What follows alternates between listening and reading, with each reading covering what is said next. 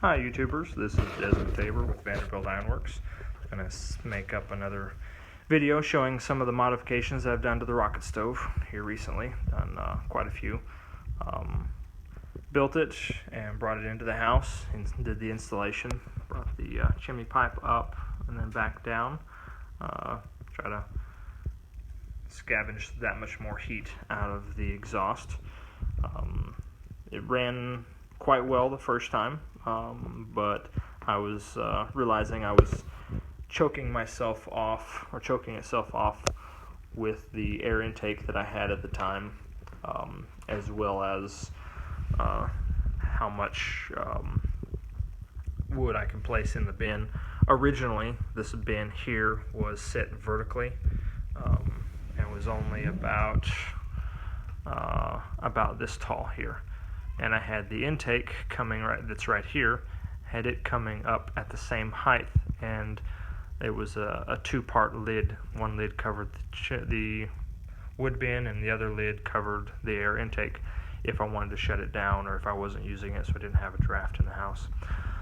And that worked well, but I realized that whenever I would set the wood inside of the wood bin, it had a tendency to scatter, and kind of some would lean one direction, some would lean another direction, and so I went ahead and gave it about a 20-degree lean to try to get the wood to lay against this bottom side here, so as I sleeve the wood in, it would go ahead and give me a little cleaner access. And this does quite well, and I also want to go ahead and give myself a larger capacity for like overnight or through the day or something like that. So I went ahead and added another 10 inches of wood bin height to that, and then redid the lid at the top as well, because the smoke circulation that I get coming up in here was leaking out in some of the corners. So I went ahead and changed that design up, and I can show you here I can shut this down. That was another one of the things I really liked, being able to close off the air intake, because before they were both the same lid, so whenever I would open it, I would get a lot of smoke out whenever I would add wood in. Now, if I do this right, it should draft in, but it's not. There it is. Didn't have the bottom shut all the way. Okay, try this again. Okay, now that's shut. Then I slowly open this. There we go. That's it. Still working out some of the kinks and the techniques, how it works best. But yeah, now I can put wood inside the wood bin and not have to worry about smoke coming up into the house, if I do it properly, of course. And went ahead and put a fiberglass seal around that, so I would ensure that I wouldn't get any smoke leakage coming into the house. So I want to burn all of that I can. And that's working quite well. And little gravity lid there. See how well that works. See if I need to put any clasps on it or not. So far it seems to be doing quite well. And then the air intake, realized, like I said earlier, I was kind of choking it off, so I increased the diameter of this quite a bit. You can see the fire in there. And then I also kept that little small lid there, so if I really want to cook it up nice and hot, I can open up both of these, or I can shut this one. That's usually the way I run it most of the time here recently. It does quite well. Or if I want a slower burn for like overnight or through the day, if I'm going to be out of the house, then I close this off and I open that up. And that still has a good clean burn, but it lasts a lot longer. Did it last night, and I still had a couple pieces of wood still burning in the firebox this morning. So I was able to put some twigs on top of that, fill the wood bin up, and then blow on just a little bit, and it lit up real quick. So I'm quite pleased with that. one of the other modifications that I did, and some of the ideas I'd seen some of the other guys on YouTube doing with their rocket stoves, is a smoke shelf coming across, and then so that the air can drop in and then come across and then come up into the combustion chamber. So I thought I'd go ahead and give it a try. Originally, my ash box came and was just right here in this localized area here, and I can open it. And I had an ash tray that was built into the door, which I'll show you here. And there's the ash tray. Still have all of that. Hot, real hot. But what I wanted to go ahead and try the full-length smoke shelf and the ash shelf. So I went ahead and I extended my lower box all the way. You can see it there, where I added this portion right here, and then cut it out so that the air could flow through here and then up into the combustion chamber, as well as coming down and through the firebox, through the fire and up into the combustion chamber. I did not like how that flowed.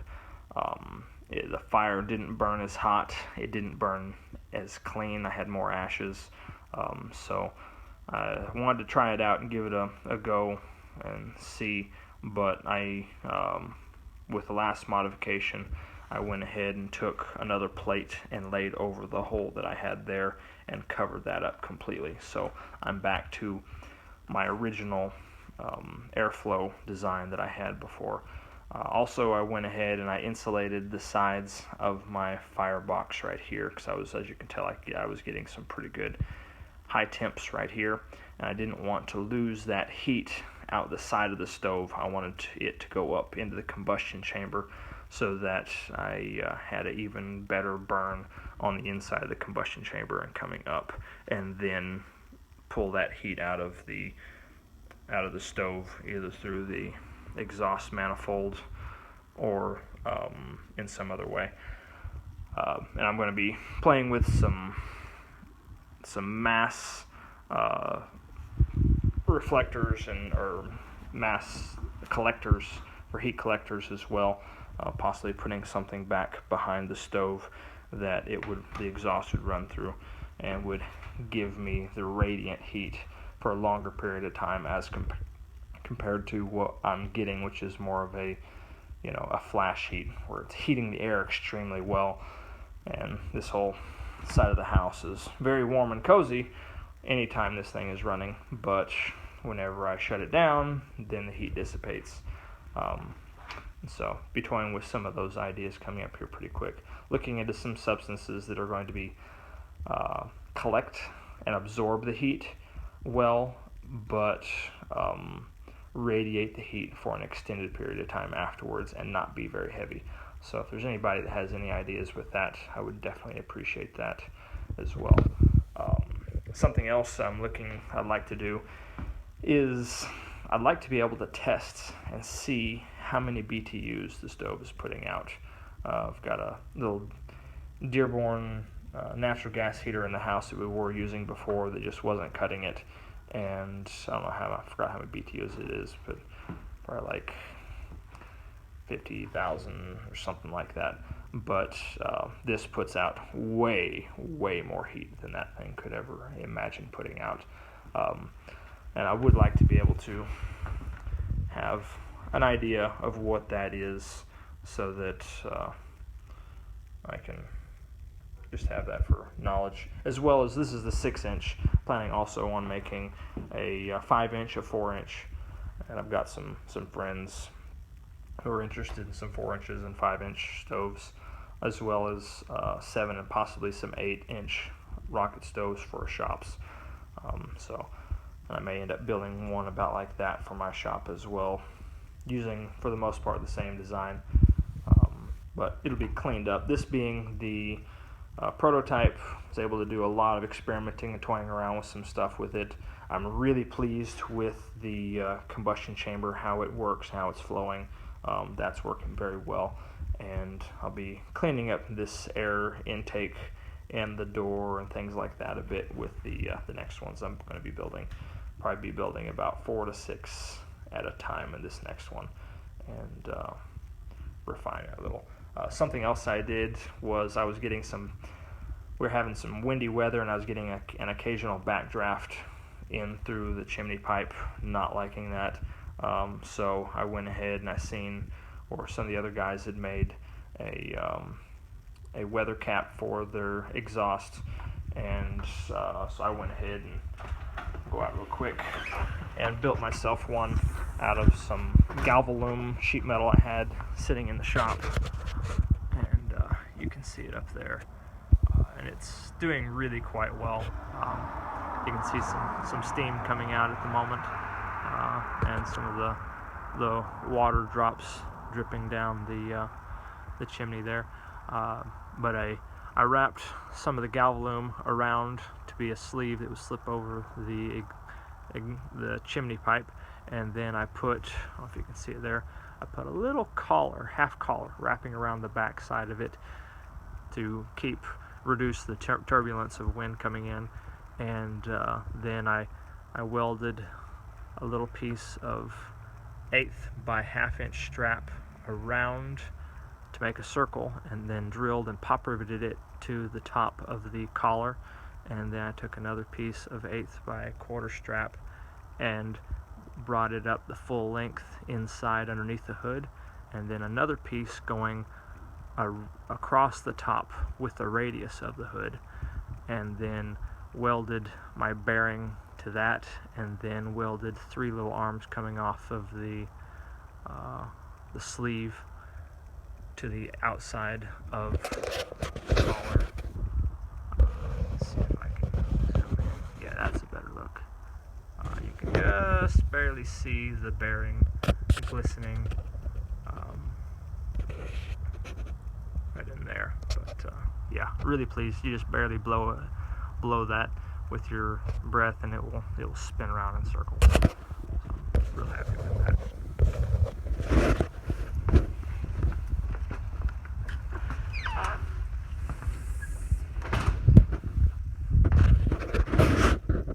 Something else I'm looking at is creating some